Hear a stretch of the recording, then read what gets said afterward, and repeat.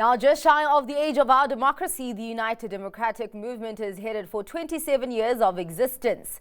The party's lifelong leader, Bantu Holomisa, formed the group when he broke away from the ANC after the 1994 election era. In 1999, the party won 14 seats in parliament. It now only has 2, with the next national election just weeks away.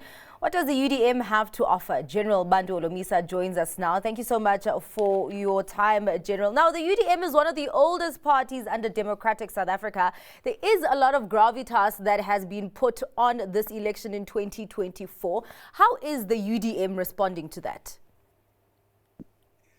The United Democratic Movement is not going to start tomorrow or today to contribute to building South Africa. We have been betting on a wicket of anti-corruption from the word go.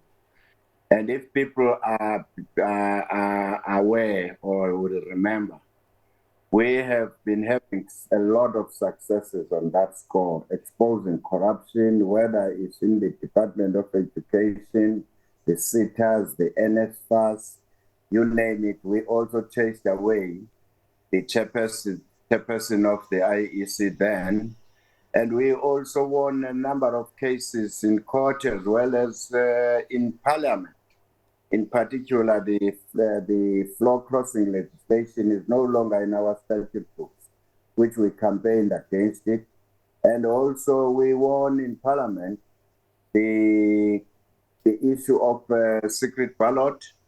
The SAA saga, as you know, was also a whistleblower there to say no ways that South Africa will sell SAA for 51 rand, and we called for the investigation. And we are happy that we succeeded in that campaign.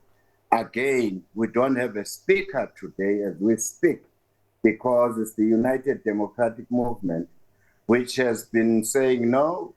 Well, the person was a Minister of Defense. She erred by doing A, B, C, D, E. So we're happy that that matter now is in court. So sometimes the numbers are needed, but sometimes you don't have to have numbers in parliament. Quality is the key. What have those others who have got 268 members of parliament did?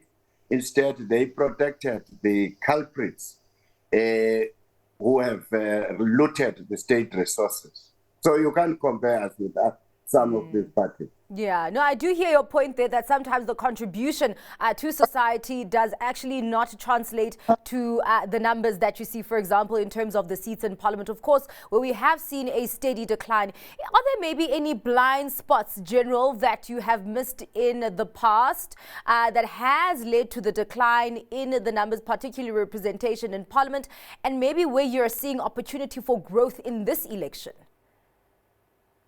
The truth of the matter is that we have not invested much on fundraising. To run political parties in this country and elections is too expensive.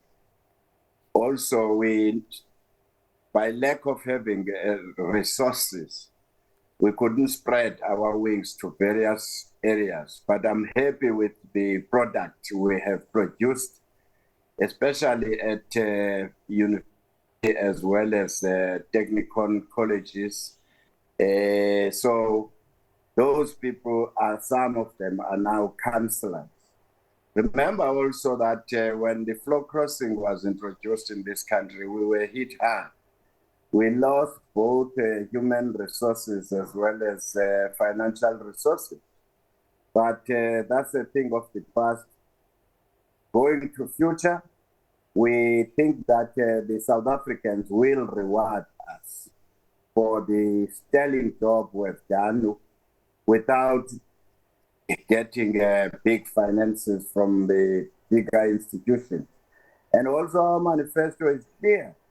We are not just moaning and whinging. We identify a problem and we suggest how to get out of that.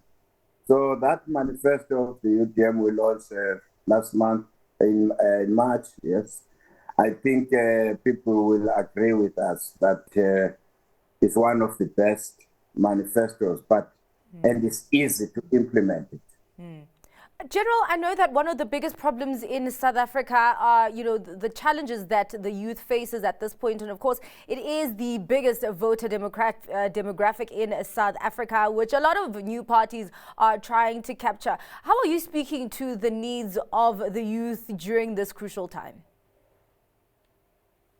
We are saying the South African government needs to establish a national fund, a fund which would lead to us having sector banks, so that those kids or students who have qualified, who have got skills, if, for instance, they specialize in agro industries or they want to participate in agro industry, rather, if they want to be in textile, if they want to be engineers to start their companies, they must have access to capital.